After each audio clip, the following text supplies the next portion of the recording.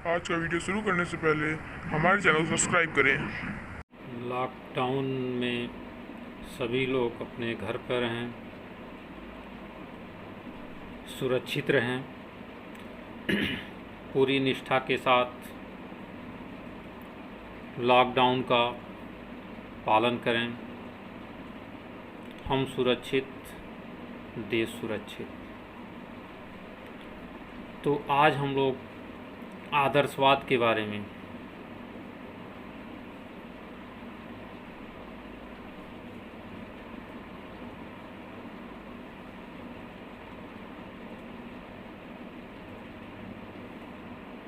अध्ययन करेंगे। सर्वप्रथम हम आदर्शवाद के संबंध में विचार करते हैं कि आदर्शवाद क्या है। आदर्शवाद दार्शनिक विचारधारा की प्राचीनतम विचारधारा है, जो इस ब्रह्मांड को ईश्वरजन्य मानती है।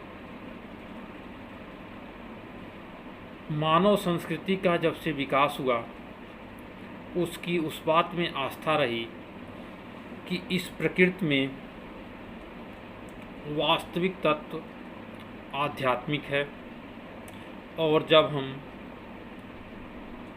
प्रकृति की सत्ता को तिरस्कृत करते हुए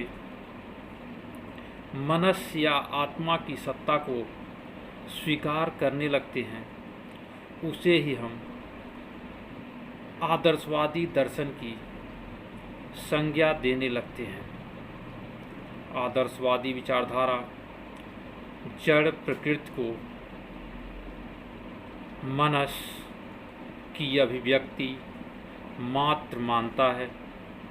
आदर्शवाद, जिसे हम अंग्रेजी में आइडियलिज्म कहते हैं, जो दो शब्दों से मिलकर बना है, आइडिया प्लस एज। इसमें यल सुविधा के लिए जोड़ दिया गया है। वास्तव में यदि देखा जाए तो इसे आइडिया या विचार से ही उत्पन्न माना जाना चाहिए, चूँकि इसके प्रवर्तक दार्शनिक विचार की चिंतन सत्ता में विश्वास करते हैं।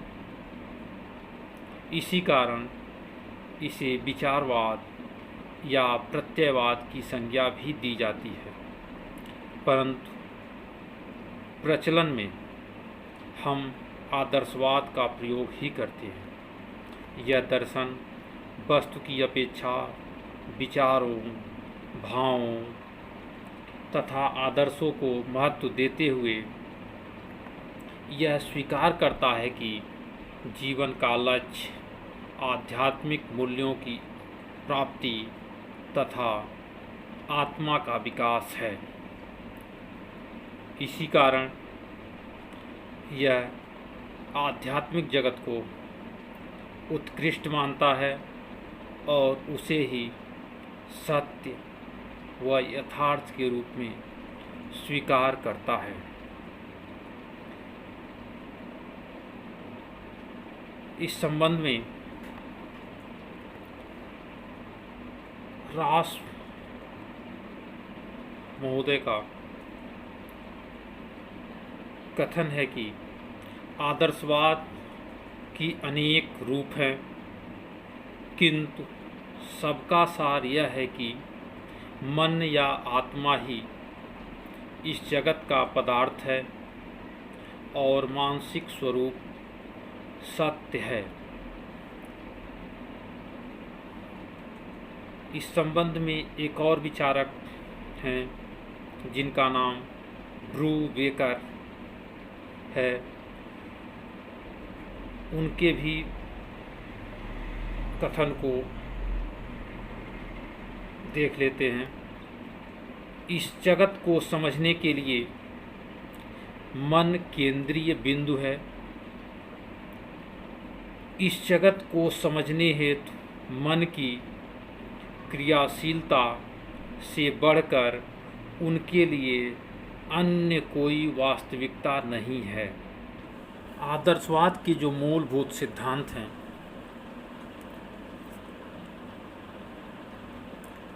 वह है, नंबर 1, भौतिक जगत की अपेक्षा आध्यात्मिक जगत का महत्वपूर्ण स्थान। आदर्शवाद के अनुसार भौतिक वस्तुएं व भौतिक जगत नाशवान होने के कारण अस्थायी है और आध्यात्मिक जगत सत्य, अस्थायी, वास्तविक है। इसका मूलभूत कारण यह है कि आध्यात्मिक जगत वैचारिक रूप से विद्यमान रहता है और इस चिर अस्थायी होते हैं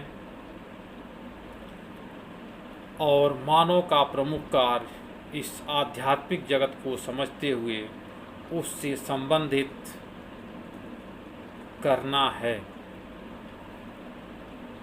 इसका जो दूसरा मूलभूत सिद्धांत है, ब्रह्मांड मानव मस्तिष्क में निहित है।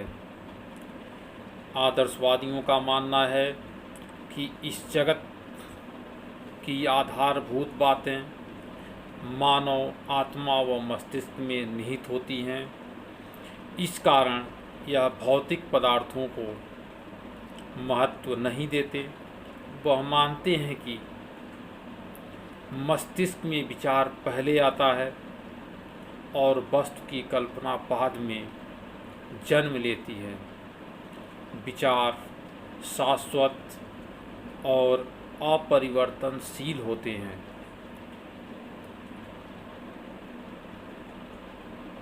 उदाहरण के लिए, कार आज है, कल नष्ट हो सकती है, परंतु कार का विचार नष्ट नहीं हो सकता है। इसका जो तीसरा मूलभूत सिद्धांत है, इस जगत में मनुष्य सर्वश्रेष्ठ है। आदर्शवादी जड़ व प्रकृति की तुलना में मनुष्य को महत्वपूर्ण मानते हैं और इनके दर्शन का मुख्य आधार मानववाद है। वह मानते हैं कि मनुष्य में बुद्धि, तर्क व आध्यात्मिक गुण होते हैं और यह गुण उसे पाशविक प्रवृत्तियों से ऊंचा उठाता है। उसके अंदर आत्मानुभूति की क्षमता होती है। आत्मानुभूति के माध्यम से व्यक्ति धीरे धीरे ईश्वर का साक्षात्कार करने लगता है और वह नैतिक व आध्यात्मिक गुणों से मुक्त हो जाता है। चौथा, इसका मूलभूत सिद्धांत मनुष्य व प्रकृति में संश्लेषण। यह मानव जीवन की व्याख्या हेतु शास्त्र के आधार पर करते हैं। इसका अभिप्राय यह है कि मानव जीवन तथा मानव जीवन व प्राकृतिक क्रिया के कुछ समान उद्देश्य होते हैं और उन समान उद्देश्यों के आधार पर ये क्रियाएं चलती रहती हैं। इसी कारण मानव व प्रकृति में सदैव समन्वय रहता है और दोनों ही किसी लक्ष्य की प्राप्ति हेतु एक साथ कार्य करते हैं। इसका पांचवा मूलभूत सिद्धांत है ब्रह्मांड की रचना आध्यात्मिक शक्ति द्वारा। आदर्शवाद यह नहीं मानता कि ब्रह्मांड यंत्रवत रूप में कार्य करता है और न ही यह मानता है कि इस जगत की व्याख्या यांत्रिक तत्वों के आधार पर की जा सकती है। चूँकि यह ब्रह्मांड ईश्वरीय शक्ति द्वारा निर्मित है, यह शक्ति इंद्रिय गोचर नहीं है, न ही इसका आदि है और न अंत है। इसका छठवां मूलभूत सिद्धांत है ब्रह्मांड में आध्यात्मिक मूल्यों का महत्व। आदर्शवाद सत्यम शिवम सुंदरम में विश्वास रखता है और यह स्वीकार करता है कि मानव जीवन का उद्देश्य इन मूल्यों को जानना होता है। इनका ज्ञान होने पर व्यक्ति स्वयं ईश्वर से तादात्म्य स्थापित कर सकता है और करने लगता है, और यह भी मानते हैं कि इन मूल्यों को प्राप्त करने के बाद मनुष्य को अपने व्यावहारिक जीवन में इनका प्रयोग करना चाहिए।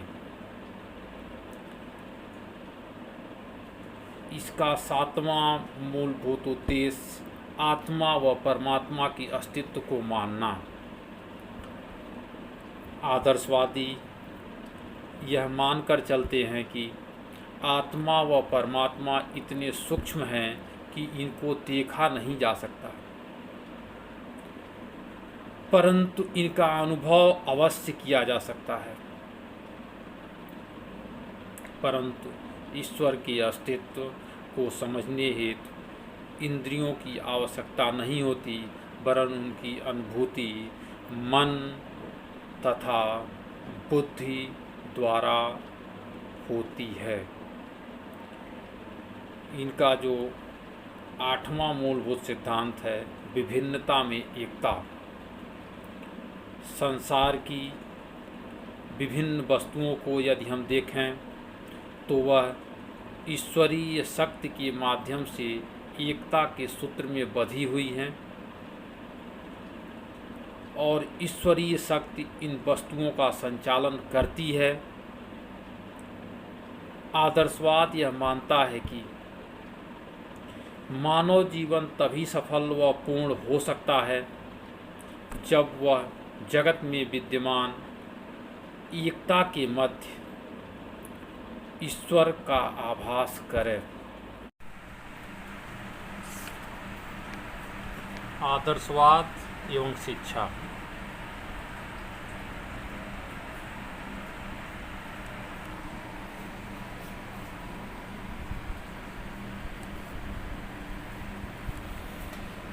आदर्शवाद मनुष्य को ईश्वर की सर्वोत्कृष्ट कृति के रूप में स्वीकार करता है और साथ ही यह मानता है कि आध्यात्मिक वातावरण से ज़्यादा महत्वपूर्ण सांस्कृतिक वातावरण होता है, क्योंकि वह मनुष्य की स्वयं की रचना है। आदर्शवाद मानता है कि मानव इस पृथ्वी पर आध्यात्मिक ज्योति लेकर उत्पन्न होता है। वह शिक्षा मनुष्य को इस योग्य बनाती है कि वह अपने भीतर इस आध्यात्मिकता का दर्शन कर सके और उसका आत्मबोध कर सके। अब आते हैं हम शिक्षा का अर्थ।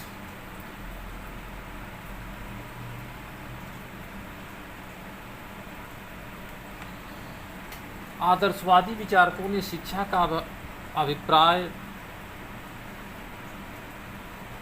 बताया है मनुष्य का पूर्ण मानव के रूप में विकास करना।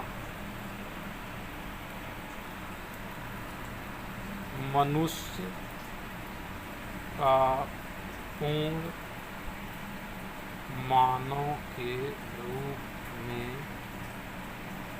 विकास करना। इसको दूसरे शब्दों में हम यह भी कह सकते हैं कि शिक्षा का अभिप्राय है बालक को गुणों से परिपूर्ण करना। गुणों से परिपूर्ण करना। साथ ही शिक्षा वह है जो सिर्फ बालक के विकास तक ही सीमित नहीं रहती, वरन बालक को विकसित करके समाज का विकास करना चाहती है। समाज का विकास और आवश्यकता पड़ने पर समाज सुधारने का भी प्रयास करती है।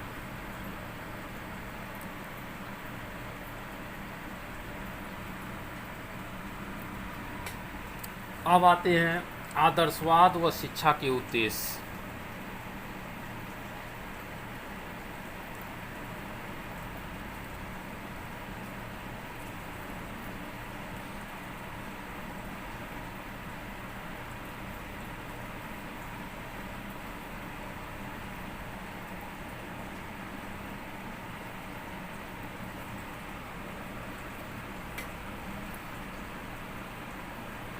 इसमें नंबर 1 आत्मानुभूति का विकास। आत्मानुभूति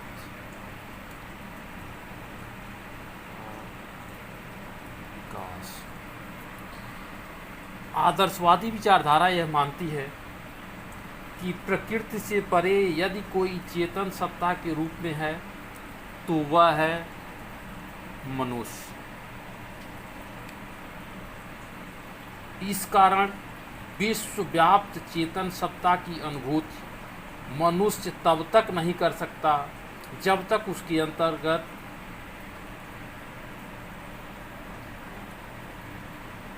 आने वाले वास्तविक कार्य को पहचानना, उसके स्वरूप को जानना और उसकी चैतन्यता का विकास न हो।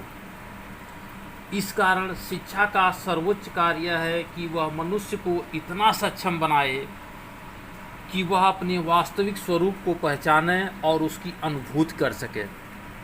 और इसके लिए 4 सोपान होते हैं। नंबर 1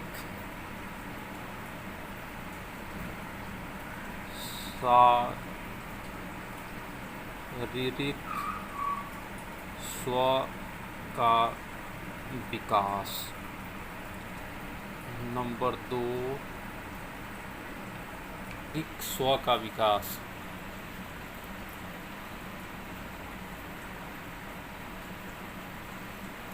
दूसरा सामाजिक स्व का विकास। तीसरा बौद्धिक स्व का विकास। चौथा आध्यात्मिक स्व का विकास।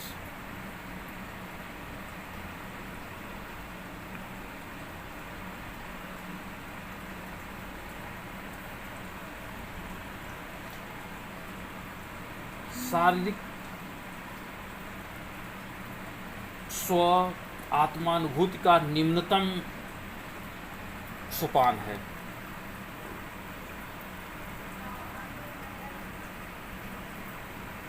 इसमें व्यक्ति सामाजिक हित की परिकल्पना करता है। वह सामाजिक कल्याण हेतु व्यक्तिगत स्वार्थों का परित्याग कर देता है।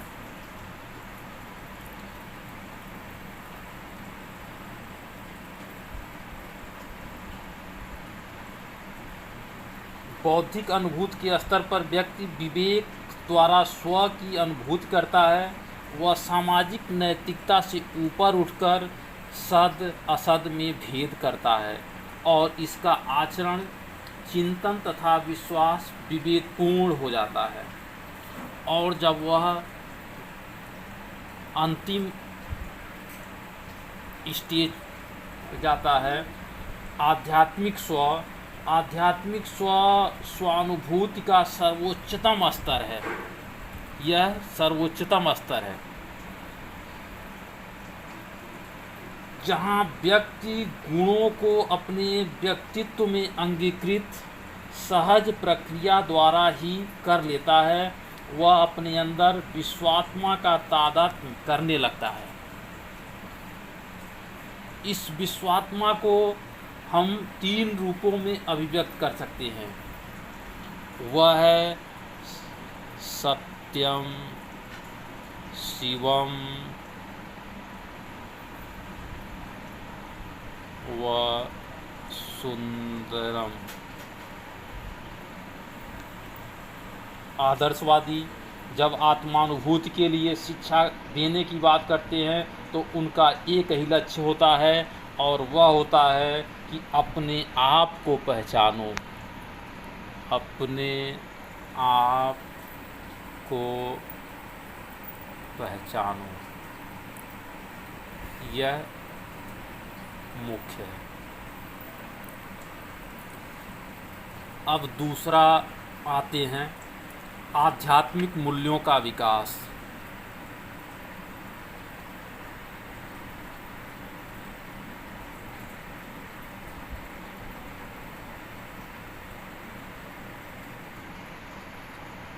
आदर्शवादी विचारधारा भौतिक जगत की अपेक्षा आध्यात्मिक जगत को श्रेष्ठ मानती है।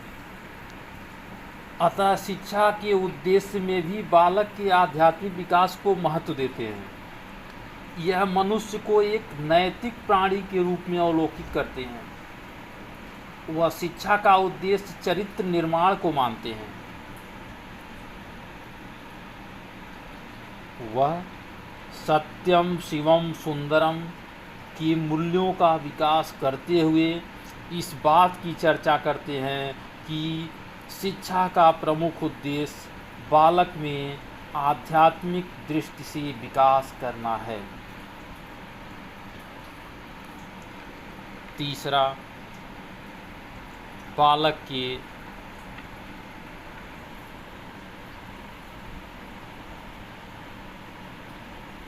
व्यक्तित्व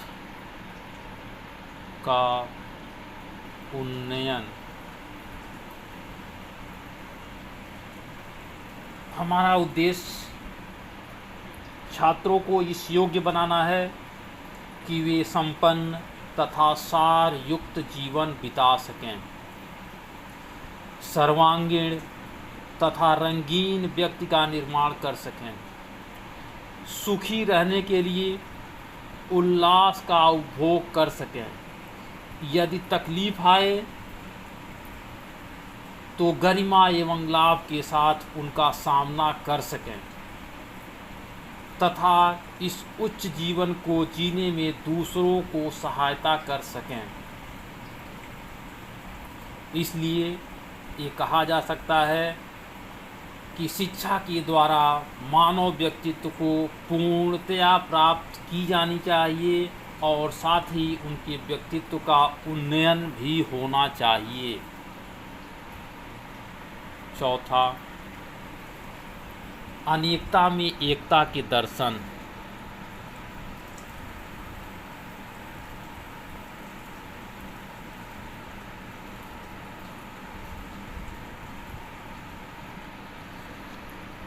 आदर्शवादी विचारधारा इसका समर्थन करती है कि शिक्षा का उद्देश्य बालक को इस दृष्टि से समर्थ बनाना होना चाहिए कि वह संसार में विद्यमान भिन्न भिन्न बातों को एकता के सूत्र में बांध सके, अर्थात बालक के अंदर यह समझ उत्पन्न करनी चाहिए कि वह इस संसार के संचालन करने वाली परम सत्ता है जो ईश्वर के नाम से जानी जाती है और यह ईश्वर की सत्ता जगत के सभी प्राणियों का संचालन करती है। इसलिए ईश्वरीय सत्ता की अनुभूति कराना ही शिक्षा का लक्ष्य होना चाहिए। पांचवा, सभ्यता एवं संस्कृति का विकास।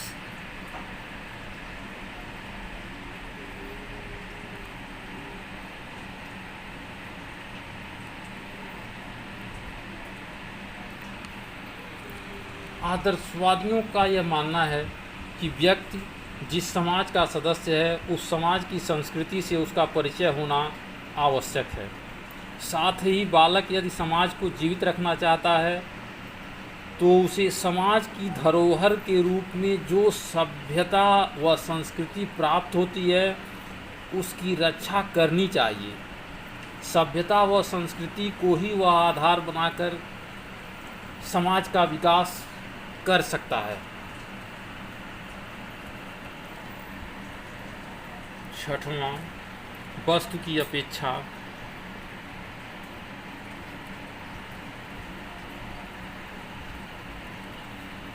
विचारों का महत्व।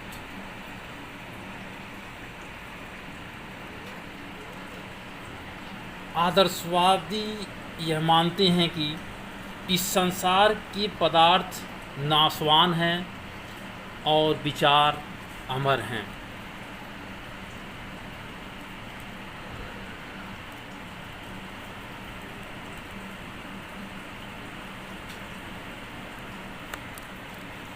विचार सत्य, वास्तविक व अपरिवर्तनशील है। विचार ही मनुष्य को ज्ञान प्रदान करने का माध्यम है। चूँकि इस जगत में विद्यमान वस्तुओं का जन्म मानसिक प्रक्रियाओं के फलस्वरूप होता है, इनका विचार है कि यह विश्व विचार के समान है, यंत्रवत नहीं। प्रकृति की अपेक्षा मनुष्य का महत्व।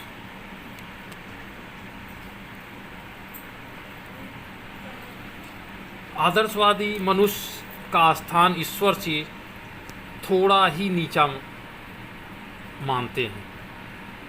इनका विचार है कि मनुष्य इतना सक्षम होता है कि वह आध्यात्मिक जगत का अनुभव कर सकता है, वह ईश्वर से अपने तादात्म्य स्थापित कर सकता है या उसकी अनुभूति कर सकता है।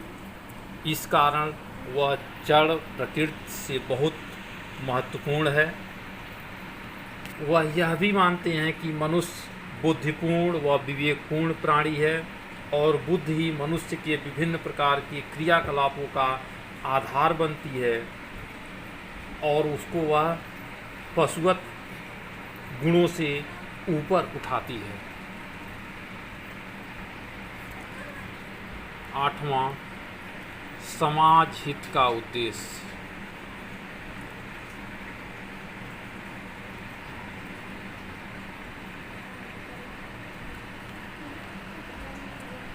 आदर्शवाद जब शिक्षा के उद्देश्यों की चर्चा करता है तो व्यक्तित्व के विकास पर बल देता है और व्यक्तित्व के विकास में सामाजिक हित निहित होता है।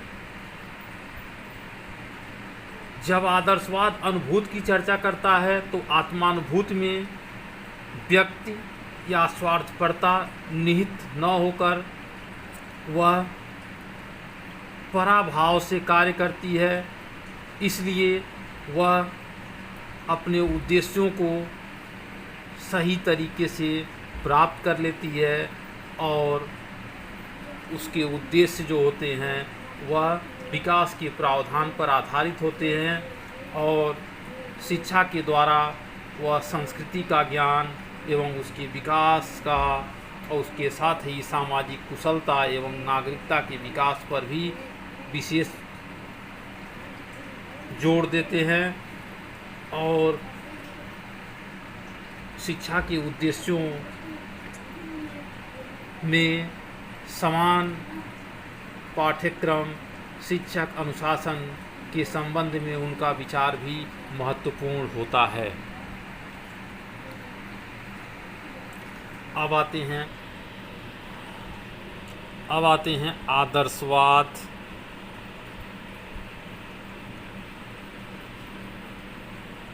एवं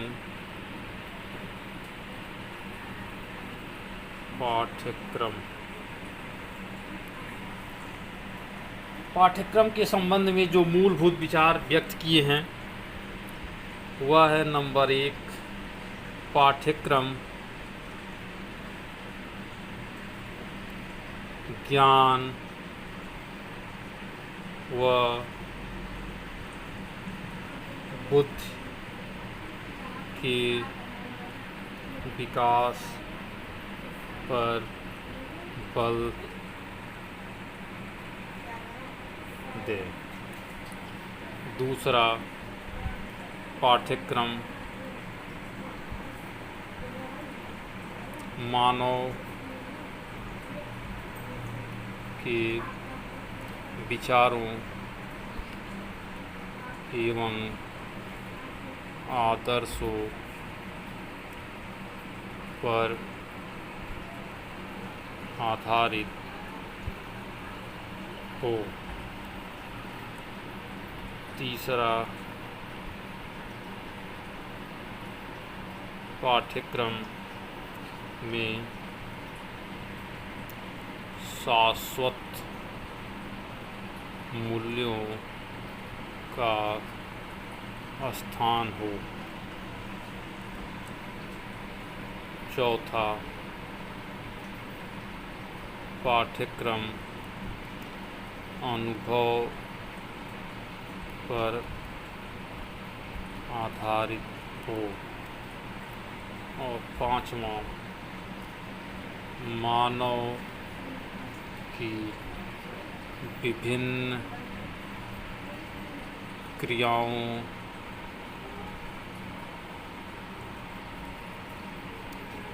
को सम्मिलित करना। ये पाठ्यक्रम के संबंध में इनके विचार थे।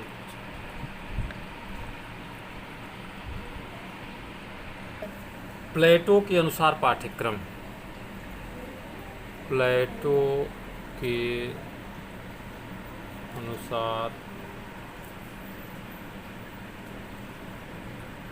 पाठ्यक्रम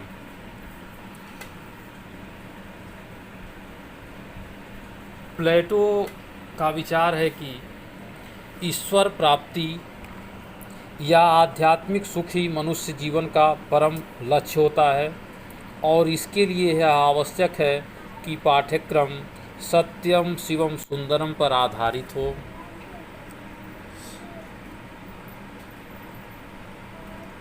सत्य, शिव व सुंदर पर आधारित हो, चूँकि इसके द्वारा ही व्यक्ति अपने परम लक्ष्य को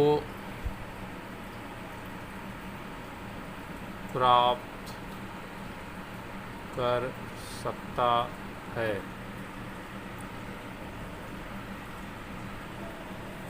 पाठ्यक्रम में 3 क्रियाओं को सम्मिलित करने की बात कही।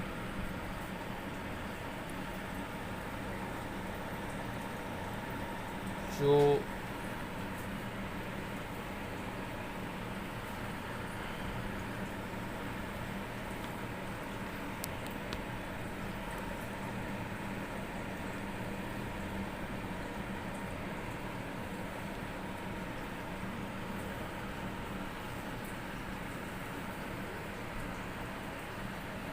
क्रियाएं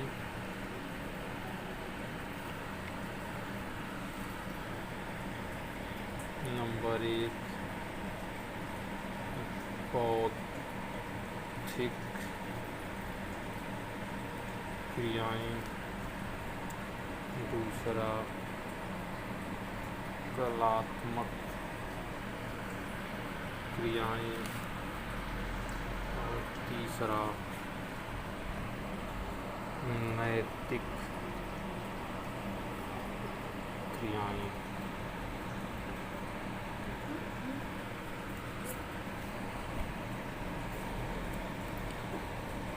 पाठ्यक्रम के विषय, सब्जेक्ट ऑफ कैरिकुलम नंबर 1 भाषा, साहित्य, इतिहास, भूगोल, गणित, विज्ञान। अब आते हैं कलात्मक क्रिया, जिसमें कला, संगीत, कविता, और नैतिक क्रिया में धर्म, नीति, शास्त्र व आध्यात्म शास्त्र। यह हो गया पाठ्यक्रम के संबंध में विचार। ये नंबर 1 हो गए। नंबर 2, अवधि हर्वार्ड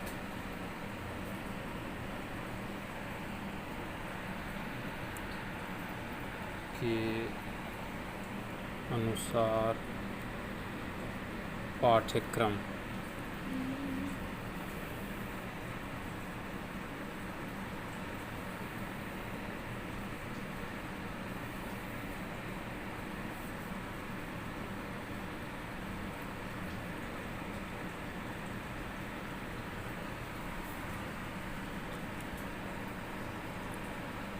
पाठ्यक्रम का उद्देश्य प्रमुख स्थान, गौण स्थान, नैतिक विकास, प्रमुख स्थान साहित्य, इतिहास,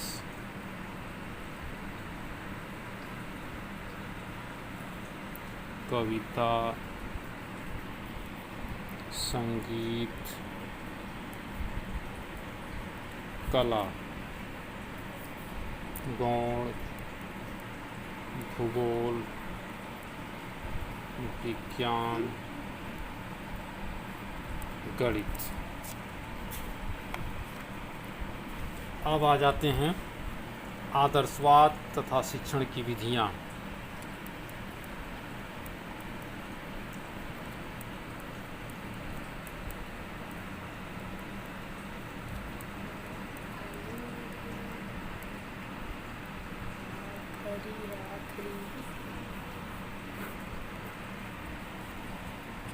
शिक्षण विधियों के संबंध में आदर्शवादी दार्शनिक यह मानते हैं कि वे किसी भी शिक्षण विधि के अनुयायी मात्र नहीं हैं, वरन वह शिक्षण विधियों के निर्माता व सृजनकर्ता हैं। साथ ही यह विचारधारा इस बात पर भी बल देती है कि इन विधियों का चयन उद्देश्यों के आधार पर किया जाए और इसके साथ ही बालक की रुचि, रुझान, योग्यता, आयु के निर्धारण पर भी विशेष ध्यान दिया जाए। अब आते हैं आदर्शवाद।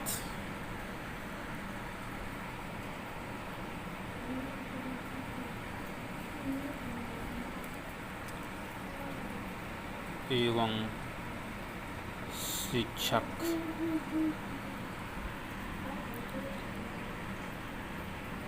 शिक्षक के संबंध में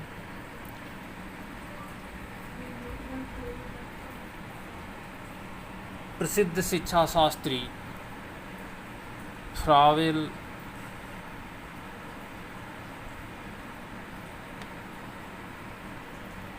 ने कहा है कि बालक एक पौधे के समान है और अध्यापक एक माली के सदृश जो